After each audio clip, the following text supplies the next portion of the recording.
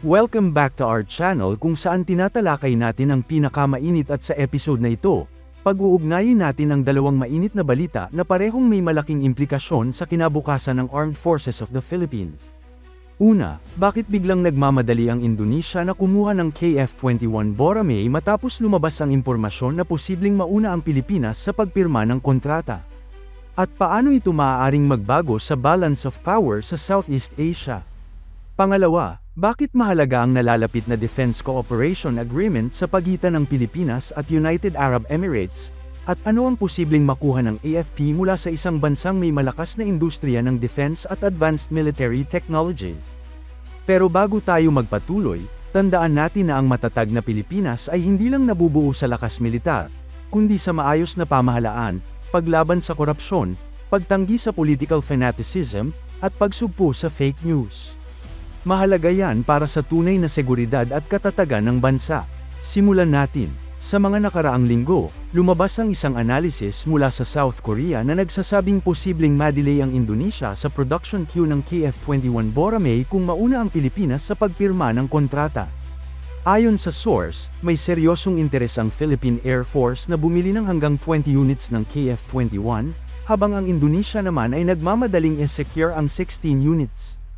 Kung babalikan natin ang background, ang KF-21 Boracay ay isang 4.5 gitling GENERATION multirole fighter na dinevelop ng South Korea sa pamamagitan ng KAIO Korea Aerospace Industries. Layunin nitong pamwesto sa pagitan ng F-16 at F-35 pagdating sa capability, pero mas mababa ang acquisition at operating cost. Para sa Pilipinas, malaking upgrade ito mula sa FA-50PH. Habang ang FA-50 ay light combat aircraft, ang KF-21 ay may mas advanced radar, mas malakas na engine configuration, mas mahabang range, at mas mataas na weapons payload. Bakit biglang NAGMADALI ang Indonesia? Ang Indonesia ay original partner ng South Korea sa KF-21 program. Ngunit sa mga nakaraang taon, nagkaroon ng issue sa funding commitments ng Jakarta, na naging dahilan ng delay at tensyon sa pagitan ng dalawang bansa.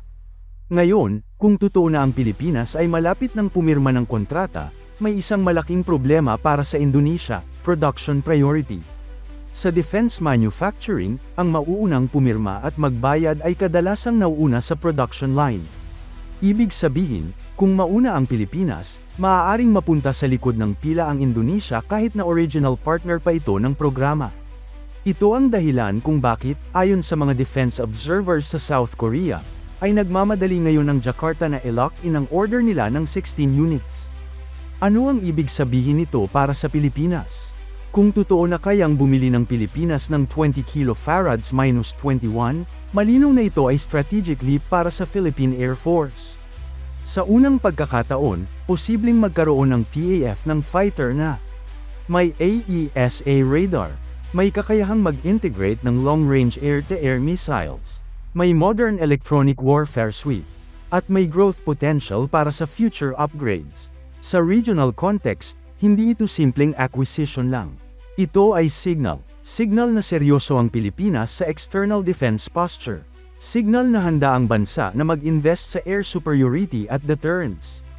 At signal rin ito sa mga kaalyado at potential partners na ang Pilipinas ay credible defense partner.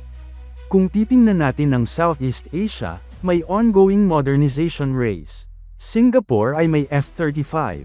Indonesia ay may Rafale at F-15EX plans.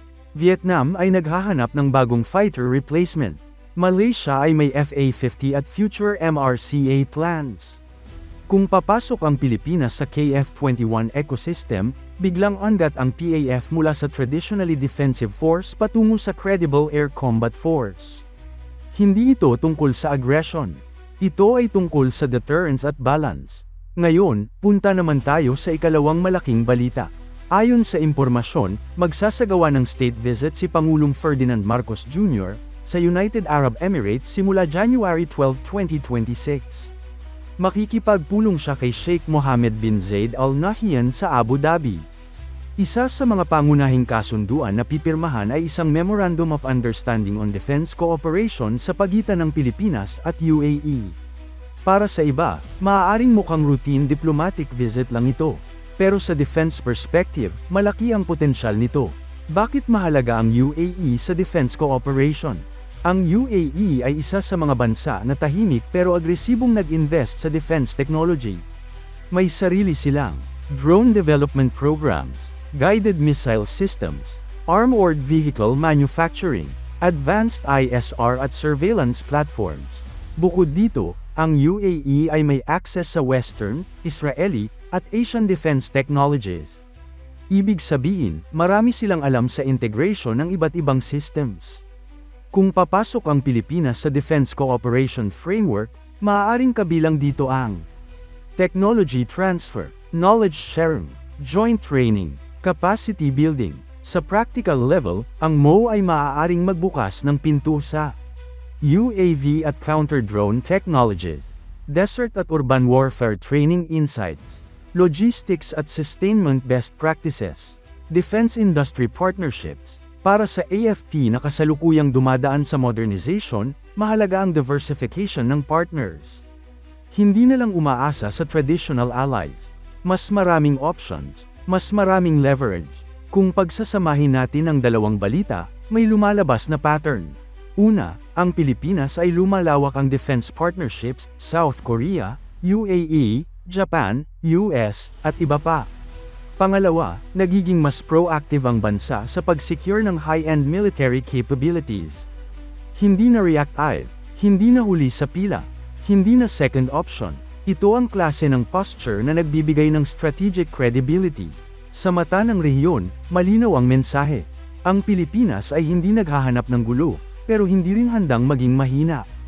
Ang pag-uusap sa KF21 at ang defense cooperation sa UAE ay parehong bahagi ng mas malaking strategy.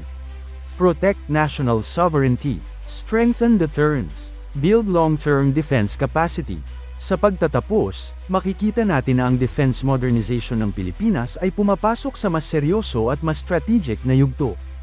Ang posibleng pagkuha ng KF21 ay hindi lang tungkol sa bagong eroplano. Ito ay tungkol sa pagbabago ng mindset at capability ng Philippine Air Force. Samantala, ang defense cooperation sa UAE ay nagpapakita na ang bansa ay bukas sa non-traditional partners na may tunay na maibibigay sa AFP. Sa isang rehiyon na patuloy na nagiging mas komplikado at mas tensyonado, ang ganitong mga hakbang ay hindi luho, kundi necessity. At sa susunod na mga buwan, mas magiging malinaw kung gaano kalaki ang magiging epekto ng mga desisyong ito sa kinabukasan ng ating national defense. Kung nagustuhan ninyo ang ganitong klase ng malalim na analysis, huwag kalimutang mag-subscribe, mag-like, at share ang video na ito. Maraming salamat sa panunood, at magkita-kita tayo sa susunod na episode.